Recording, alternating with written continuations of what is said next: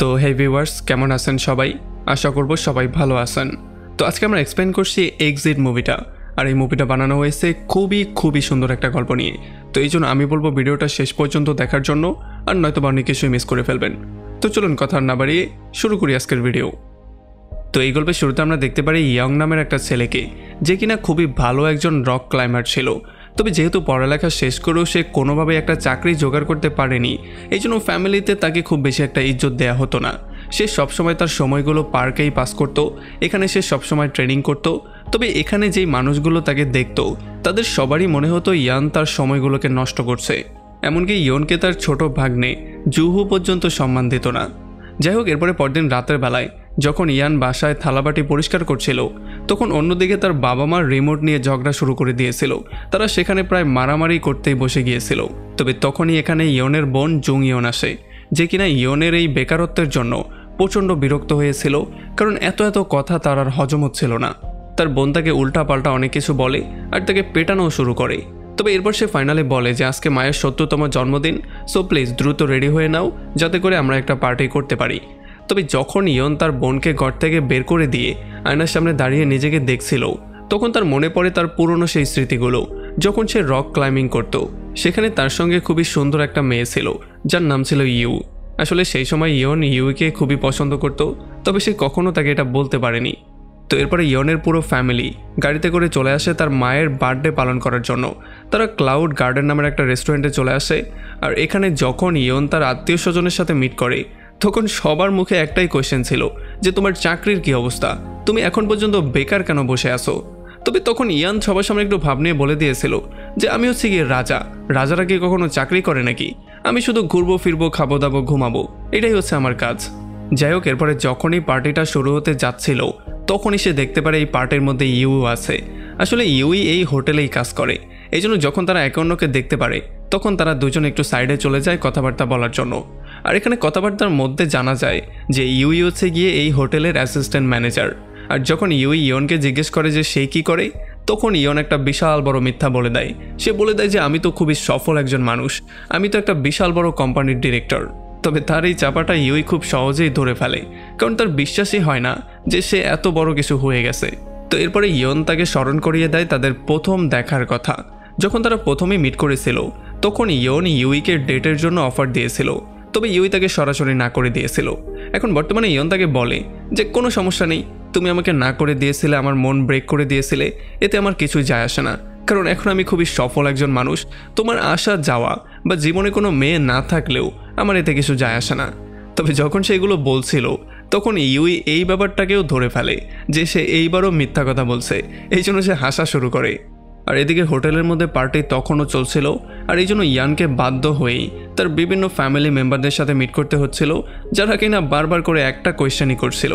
তবে যাই হোক, যখন হোটেলে পার্টি চলছিল, তখন রাস্তায় আমরা দেখতে পারি একটা ট্রাক কিছু ট্যাঙ্ক নিয়ে কোথায় যেন যাচ্ছিল। একটা জায়গায় গিয়ে ড্রাইভার ট্রাকটাকে ব্রেক করে ট্রাক থেকে নেমে ট্রাকের কিছু মুখ ওপেন করে দেয়।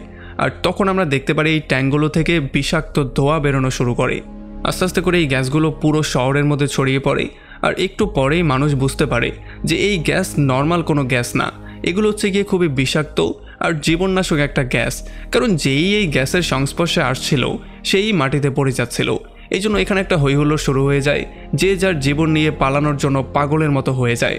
আর তখন এদিকে ক্লাউড গার্ডেনে যখন পার্টি শেষ হয়ে যায়, তখন ইয়ানের সমস্ত আত্মীয় স্বজন যেই খাবারগুলো বেঁচে গিয়েছিল সেগুলোকে প্যাক করা শুরু করে। আর এই ব্যাপারগুলোর জন্য ইয়ান প্রচণ্ড লজ্জিত হয়। সে একেবারে মাথা হেড করে সেখানে বসেছিল। আর তখন ইউই তার ফ্রেন্ডের সাহায্যে ইয়নের সমস্ত সত্যিটা বের করে ফেলে। ইয়ন যে আসলে কত বড় বড় মিথ্যা কথা বলতে পারে, সেই ব্যাপারটা সে বের করে ফেলে। তবে তখনই আমরা দেখতে পারি একটা রোড অ্যাক্সিডেন্টের জন্য একটা বিশাল বড় গ্যাসের সিলিন্ডার জানালা ফুটো করে হোটেলের মধ্যে চলে আসে। এটা দেখার পরে সবাই প্রচণ্ড ভয় পেয়ে যায়। এই জন্য সবাই দৌড়ে বাইরে ভাগা শুরু করে। তবে যখন তারা বাইরের অবস্থা দেখতে পারে, তখন তারা বুঝতে পারে যে ভাই ভেতরেই তো ভালো ছিলাম। এই জন্য তারা দৌড়ে আবারও ভেতরে যাওয়া শুরু করে। তবে যখনই তারা যাচ্ছিল, তখন ইয়নের ভাতিজা জিহো এসে তাকে তার মা সম্পর্কে বলা শুরু করে। আসলে তার মা দৌড়ে একটা গাড়ির মধ্যে উঠে গিয়েছিল, আর এখন সে তাকেও ডাকছে। আর এটা দেখার পরে ইয়ন তার বোনকে বলে হোটেলের মধ্যে ব্যাক করার জন্য। তবে যখনই তার বোন গাড়ি থেকে বাইরে আসে, তখনই সেই গ্যাসগুলো তাকে চারপাশ দিয়ে ঘিরে ধরে। এই জন্য সে মাটিতে লুটিয়ে পড়ে। আর ইয়ন কোনো রকমে তার বোনকে সেখান থেকে বের করে হোটেলের মধ্যে কোলে করে নিয়ে আসে। তবে তখন সে দেখতে পারে তার বোনের অবস্থা খুবই খারাপ, কারণ সে এখন নিঃশ্বাস পর্যন্ত নিতে পারছিল না। আর যখন তাকে পানি টানি খাইয়ে ঠিক করানোর ট্রাই করা হয়, তখন তারা দেখতে পারে তার মুখগুলো পুড়ে যাওয়ার মতো হয়ে গেছে, যেন আগুন দিয়ে কেউ তাকে ছ্যাঁকা দিয়েছে। আর এরপরে যখনই ইয়ন আর ইউই জানলা দিয়ে বাইরে তাকায়, তখন তারা দেখতে পারে গ্যাসগুলো আস্তে আস্তে উপরের দিকে উঠছে। এটা দেখার পরে তারা প্রচণ্ড ভয় পেয়ে যায়। এই জন্য ইয়ন তাদের সবাইকে বলে দ্রুত এখান থেকে ছাদে যাওয়ার জন্য। যদিও প্রথমে ইয়নের কথায় কেউই দাম দিচ্ছিল না, কেউ উপরে যাওয়ার জন্য রেডিই ছিল না। তবে একটু পরে তাদের ফোনের মধ্যে একটা মেসেজ চলে আসে, যেখানে তাদেরকে ছাদের উপরে যেতে বলা হয়। আর এই জন্য তারা সবাই দৌড়ে ছাদের উপরে ওঠা শুরু করে। আর যখন অনেক কষ্টে তারা সবাই ছাদে চলে আসে, তখন তারা দেখতে পারে ছাদের দরজাটা তো লক করা, এটার চাবি তো এখন নিচতলায় পড়ে আছে। আর এই জন্য এখন না তারা ছাদে যেতে পারবে, না তাদের জীবনটা সেভ করতে পারবে, কারণ নিচতলা এখন পুরোটা গ্যাসে ভরে গেছে। সো সেখান থেকে চাবিটা আনা পুরোপুরি ইম্পসিবল। তবে তখন ইউই তাদের সবাইকে বলে যে এই ছাদের দ্বিতীয় একটা চাবিও থাকার কথা, সেটা হয়তোবা অন্য কোনো রুমে পড়ে আছে। প্রত্যেকটা রুম সার্চ করো, কোনো না কোনো রুমে তো আমরা এটা পেয়েই যাব। আর এরপরে যখনই তারা চাবি খুঁজতে যায়, তখনই তাদের নজর পড়ে টিভিতে একটা খবরের উপরে। তারা দেখতে পারে এখানে এই গ্যাস সম্পর্কে বলা হচ্ছে যে এই গ্যাসটা পুরো শহরের মধ্যে ছড়িয়ে গেছে, সবাইকে সাবধানে থাকার জন্য। কারণ এই গ্যাসের না কোনো ওষুধ আছে, না এখন পর্যন্ত ডাক্তাররা বুঝতে পারছে এটা কিসের গ্যাস। তবে হ্যাঁ, যদি একটা প্রপার মাস্কের ইউজ করা যায়, তাহলে হয়তোবা তারা নিজেদেরকে 15 মিনিটের জন্য সেভ করলেও করতে পারে। আর তাছাড়া সরকার খুব বেশি মানুষকে বাঁচানোর জন্য হেলিকপ্টারের মাধ্যমে রেস্কিউ মিশনও চালাচ্ছে। আর এই জন্য এই খবরটা দেখার পরে প্রত্যেকে চাবির সঙ্গে সঙ্গে মাস্কও খোঁজা শুরু করে। তবে তখনই ইয়নের মাথায় একটা বুদ্ধি আসে যে তারা এই ছাদের দরজাটা তো ওই পাশ থেকেও চাইলে খুলতে পারে, আর এইটার জন্য সে তার রক ক্লাইম্বিংয়ের অভিজ্ঞতাটাকে ইউজ করতে পারে। এই জন্য সে প্রথমেই ইউকে বলে একটা রশির জোগাড় করার জন্য, আর এরপর সে এখানের একটা কাঁচ ভেঙে ফেলে। আর এই কাঁচ ভাঙার শব্দ শুনতে পেয়ে ইয়নের সমস্ত আত্মীয় স্বজন এখানে চলে আসে। তারা বারবার করে ইয়নকে থামানোর ট্রাই করে, তবে ইয়ন কারো কোনো কথা শুনবে না। সে তাদের কথা পাত্তাই না দিয়ে সে লাফ দিয়ে চলে যায় অন্য একটা বিল্ডিংয়ে। আর তখন ইউও ব্যাপারটা বুঝতে পারে যে ইয়নের জন্য ব্যাপারটা খুবই ডিফিকাল্ট হচ্ছে, আর এমনিতেও সে কারো কথা শোনার মতো না। এই জন্য সে তার যেই রক ক্লাইম্বিংয়ের জিনিসপত্র ছিল সেগুলো ইয়ানের হাতে ধরিয়ে দেয়, যাতে তার একটু উঠতে সুবিধা হয়। আর এরপরে ইয়ান বিল্ডিং বেয়ে বেয়ে আস্তে আস্তে করে ছাদের দিকে যাওয়া শুরু করে। এখন এই ভয়ঙ্কর দৃশ্য দেখার পরে, যেখানে ইয়নের বাবা মা আত্মীয় স্বজন সবাই প্রচণ্ড ভয়ের মধ্যে ছিল, তখন সেখানে ইয়নের একটা কাজিন এই সমস্ত ব্যাপারটা লাইভ টেলিকাস্ট করছিল। মানে সে যে বীরত্বের সাথে উপরে উঠছে, এই ব্যাপারটা সে লাইভ সবাইকে দেখাচ্ছিল। এখন যখন আস্তে আস্তে ইয়ন উপরের দিকে উঠছিল, তখন সে দেখতে পারে একটু উপরে যাওয়ার পরেই তার রশিটা অনেকটা ছোট হয়ে গেছে। মানে এখন যদি সে মাজায় রশিটা লাগিয়ে রাখে, তাহলে সে আর উপরে উঠতে পারবে না। এই জন্য সে রশিটাকে সেখানেই ছেড়ে দেয়, আর এরপরে আস্তে আস্তে করে উপরে যাওয়া শুরু করে। যদিও সে এটা খুব ভালো করে জানতো যে এখন সামান্যতম একটা ভুলের জন্য তার জীবনটা চলে যেতে পারে, তবে তবুও সে খুবই সিকিউরলি আস্তে আস্তে ওঠা শুরু করে। আর এরপরে যখন ইয়ন একেবারে ছাদের কাছে ছিল, তখন সে একটা সিংহের দাঁতের মধ্যে ধরে। তবে একটু পরে সেই দাঁতটা ভেঙে যায়, এই জন্য ইয়নের একটা হাত ছুটে যায়। সে পড়েই যাওয়া শুরু করেছিল, তবে কোনো রকমে ইয়ন নিজেকে সেভ করে ফাইনালি ছাদে চলে আসে। আর এরপরে এখানে দরজাটা খুলে তার সমস্ত আত্মীয় স্বজনকে মধ্যে নিয়ে আসে। এখন তাদের সবার কাজ হচ্ছে চিল্লাচিল্লি করে বা যেই কোনো ওয়েতে হেলিকপ্টারের মনোযোগ তাদের দিকে আনা, তাহলেই তারা বাঁচতে পারবে। তবে তারা যতই চিল্লাচিল্লি করছিল, যতই যা করছিল, কোনোভাবেই হেলিকপ্টারের পাইলট তাদেরকে দেখতেই পাচ্ছিল না। তবে তখনই ইউয়ের মাথায় একটা বুদ্ধি আসে। সে সবাইকে বলে যে প্রত্যেকের মোবাইল বের করে মোবাইলের ফ্ল্যাশ অন করে উপরের দিকে সাহায্যের ইশারা করা শুরু করো। তবে তারা যখন ইশারা করছিল, তখনও পাইলট কোনোভাবেই দেখছিল না। আর তখন এদিকে আমরা দেখতে পারি পুলিশ অলরেডি সেই লোকটাকে ধরে ফেলেছে, যেই লোকটা এই গ্যাসটা ছড়িয়ে দিয়েছে। আসলে এই লোকটা ছিল একটা বায়োটেক কোম্পানির ডিরেক্টর। তবে তাকে জব থেকে বের করে দেওয়ার জন্য সে প্রচণ্ড রাগের মাথায় এসে এই গ্যাসটা বানিয়েছে আর পুরো শহরের মধ্যে ছড়িয়ে দিয়েছে। এখন অনেক চেষ্টা করার পরেও কোনোভাবেই তারা কোনো হেলিকপ্টারকে তাদের দিকে আনতে পারছিল না। এই জন্য তারা ফাইনালি তাদের প্ল্যানিং চেঞ্জ করে। তারা লাউড স্পিকারের মাধ্যমে চিৎকার করে করে ডাকা শুরু করে। তবে এত কিছু করার পরেও কোনো লাভ হয় না। তবে তখনই ইউইর মাথায় আরও একটা বুদ্ধি আসে। সে এখানের সাইনবোর্ডগুলোকে অন অফ করে করে হেলিকপ্টারের মনোযোগ তাদের দিকে আনার ট্রাই করে। আর ফাইনালি পাইলট এই ব্যাপারটা দেখতে পারে, এই জন্য সে হেলিকপ্টার নিয়ে ছাদের উপরে চলে আসে। আর হেলিকপ্টার থেকে সে একটা রেস্কিউ বক্স পাঠায়। আর বক্সটা আসার সঙ্গে সঙ্গেই সবাই দৌড়ে এটার মধ্যে ওঠা শুরু করে। তবে যতক্ষণে ইউই আর ইয়ন উঠত, তার আগেই সেটা ওভারলোড হয়ে যায়। আর এখানে যে লোকটা ছিল সে তাদের দুজনকে উঠতে দিচ্ছিল না, মানে ওভারলোড হওয়ার জন্য তারা আর কাউকেই নিতে পারবে না। তবে ইয়ন বারবার করেই বলছিল যে এই বেচারিকে তো নিয়ে যাও, সে হচ্ছে একজন মহিলা, সে এখানে কি করে থাকতে পারবে। তবে কোনোভাবেই সেই লোকটা কোনো কথা শুনছিল না, যার মানে আমরা বুঝতে পারি যে তাদের দুজনকে পরবর্তী হেলিকপ্টার আসার আগ পর্যন্ত এখানেই থেকে ওয়েট করতে হবে। তবে কিছুক্ষণ দাঁড়িয়ে থাকার পরেই তারা বুঝতে পারে যে যদি তারা এখানে দাঁড়িয়ে থাকে তাহলে তারা কোনোভাবেই বাঁচতে পারবে না। এই জন্য তারা পালিয়ে যাওয়ার সিদ্ধান্ত নেয়। আর এরপরে তারা প্রথমেই সমস্ত জিনিসপত্রগুলোকে এক জায়গায় করে, যেগুলো তাদের দরকার সেগুলোকে নিয়ে নিজেদেরকে পুরোপুরি কাভার করে দৌড়ে সেখান থেকে বাইরে বেরিয়ে চলে আসে। তারা অনেকক্ষণ দৌড়ানোর পরে একটা জিম কমপ্লেক্সের মধ্যে চলে আসে। এখানে একটু আরাম করার পরে তারা কিছু ডাম্বেলকে রশির সঙ্গে বেঁধে সেগুলোকে অন্য বিল্ডিংয়ের ছাদের উপরে মারা শুরু করে। এমন করে করে তারা একটা রাস্তা বানানোর ট্রাই করছিল। আর যখন ফাইনালি অনেকগুলো ডাম্বেল দিয়ে তারা একটা রাস্তার মতো বানিয়ে ফেলে, তখন ইউই খুবই সাহস নিয়ে বলে যে এই রাস্তাটা আমি প্রথম ক্রস করব। তবে ইউইর ওজন হালকা হওয়া সত্ত্বেও কোনোভাবেই ডাম্বেলগুলো তার ভার নিতে পারছিল না। আস্তে আস্তে করে যখন সে সামনে আগাচ্ছিল তখন ডাম্বেলগুলো ছুটে যাচ্ছিল, আর একটা সময় তো সে নিচের দিকেই পড়ে যাওয়া শুরু করেছিল। তবে কোনো রকমে সে নিজেকে সেভ করে ফাইনালি এই বিল্ডিংয়ের এই পারে চলে আসে। তবে এরপরে যখনই ইয়ন আসার ট্রাই করে তখন সে দেখতে পারে যে গ্যাসগুলো সেই বিল্ডিংয়ের খুবই কাছে চলে এসেছে। এই জন্য সে ইউইকে বলে দ্রুত সেখান থেকে পালিয়ে যাওয়ার জন্য, আর নয়তোবা ইউই আর বাঁচবে না। আর এরপর সে নিজে পেছনে ব্যাক করে সেখান থেকে মাস্ক পরে নিজেকে প্রোটেকশন দিয়ে একটা ভারী ডাম্বেলের মাধ্যমে কোনো রকমে এটা পার করে ফেলে। আর তখন এদিকে আমরা দেখতে পারি হসপিটালে যেই সমস্ত মানুষরা এখন পর্যন্ত আহত হয়েছে তাদের সবার চিকিৎসা দেওয়া হচ্ছে। আর এতক্ষণে সরকার এই ব্যাপারটা বেরও করে ফেলেছে যে এই গ্যাসগুলোকে তো শুধুমাত্র পানির মাধ্যমেই আটকানো যেতে পারে। তবে এতক্ষণে এই গ্যাসগুলো এতটা জায়গা নিয়ে ছড়িয়ে গেছে যে যদি তারা পানি দিয়েও এটাকে থামাতে যায় তবুও অনেকটা সময় লেগে যাবে। আর তখন এদিকে ইয়নের বাবা জ্যাং তার ছেলেকে নিয়ে খুবই টেনশনের মধ্যে ছিল। এই জন্য সে বারবার করে সবাইকে কোয়েশ্চেন করছিল।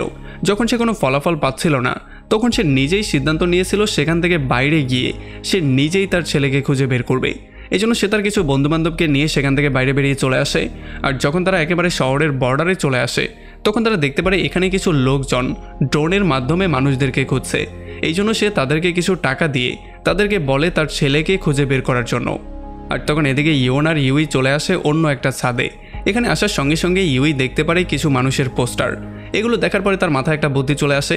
এই জন্য সেই পোস্টারগুলোকে মাটিতে রেখে এটাকে দিয়ে এমন একটা ইলিউশন ক্রিয়েট করার ট্রাই করে যাতে করে পাইলট ওপর থেকে দেখে বুঝতে পারে যে এখানে অনেকগুলো মানুষ আটকা পড়েছে। কারণ পাইলট দুইজনকে বাঁচানোর জায়গায় যেখানে বেশি মানুষ আছে সেখানে যাওয়ার ট্রাই করবে, কারণ দুইজনকে বাঁচানোর চেয়ে 10 জনকে বাঁচানো উত্তম। তবে তখনই তাদের নজর পড়ে সামনে থাকা কিছু বাচ্চাদের উপরে যারা কিনা সেখানে আটকা পড়েছিল, আর তারা সবাই মিলে চিৎকার করছিল। তবে পাইলট এই কার্টুনগুলো দেখে বুঝতে পারে যে এখানে হয়তোবা অনেক মানুষ আটকা পড়েছে। এই জন্য পাইলট তাদেরকে সেভ করতে চলেও আসছিল। তবে তখন ইয়ন আর ইউই তাদের সেই কার্টুনগুলো দিয়ে একটা অ্যারো চিহ্ন সাজিয়ে বাচ্চাদের দিকে ইশারা করে দেয় যাতে করে পাইলট বাচ্চাদেরকে সেভ করে। আর সৌভাগ্যবশত পাইলট তাদের কথা খুব সহজেই বুঝতে পারে, এই জন্য সে গিয়ে বাচ্চাদেরকে সেভ করে ফেলে। এখন তাদের দুজনকে আবারও অপেক্ষা করতে হবে যতক্ষণ পর্যন্ত না আরও একটা হেলিকপ্টার আসছে। তবে দুর্ভাগ্যবশত তখনই পাশের একটা গ্যাস স্টেশনে ব্লাস্ট হয়ে যায়। আর এই ব্লাস্টের জন্য গ্যাসগুলো এখন খুব দ্রুত তাদের দিকে আসা শুরু করে দিয়েছে। এখন তাদের বাঁচতে হলে এর চেয়ে বড় কোনো বিল্ডিংয়ে যেতে হবে, এছাড়া তাদের কাছে অন্য কোনো অপশন নেই। আর এরপরে যখন তারা দুজন সেই উঁচু বিল্ডিংয়ে যাওয়ার জন্য দৌড়ানো শুরু করে তখন তারা রাস্তায় দেখতে পারে একটা ড্রোন তাদের সামনে আছে। আসলে এই ড্রোনটার অন্য কোনো ড্রোন ছিল না, এটা ছিল তার বাবার পাঠানো সেই ড্রোনটা। আর যখন তার বাবা দেখতে পারে যে তার ছেলে এখনও জীবিত আছে তখন সে পুলিশকে তার ছেলেকে সেভ করতে বলে। আর এরপরে যখন আস্তে আস্তে করে তারা সেই বিল্ডিংয়ের দিকে যাচ্ছিল তখন বারবার করে ড্রোনটা তাদেরকে ফলো করেই যাচ্ছিল। আর এই সমস্ত ব্যাপারগুলো টিভিতে লাইভ ব্রডকাস্ট হচ্ছিল। দেশের সবাই দেখতে পাচ্ছিল ইয়ন আর ইউই কীভাবে নিজেদের জীবনের ঝুঁকি নিয়ে এই গ্যাস থেকে বাঁচার জন্য সর্বোচ্চ চেষ্টা করছে।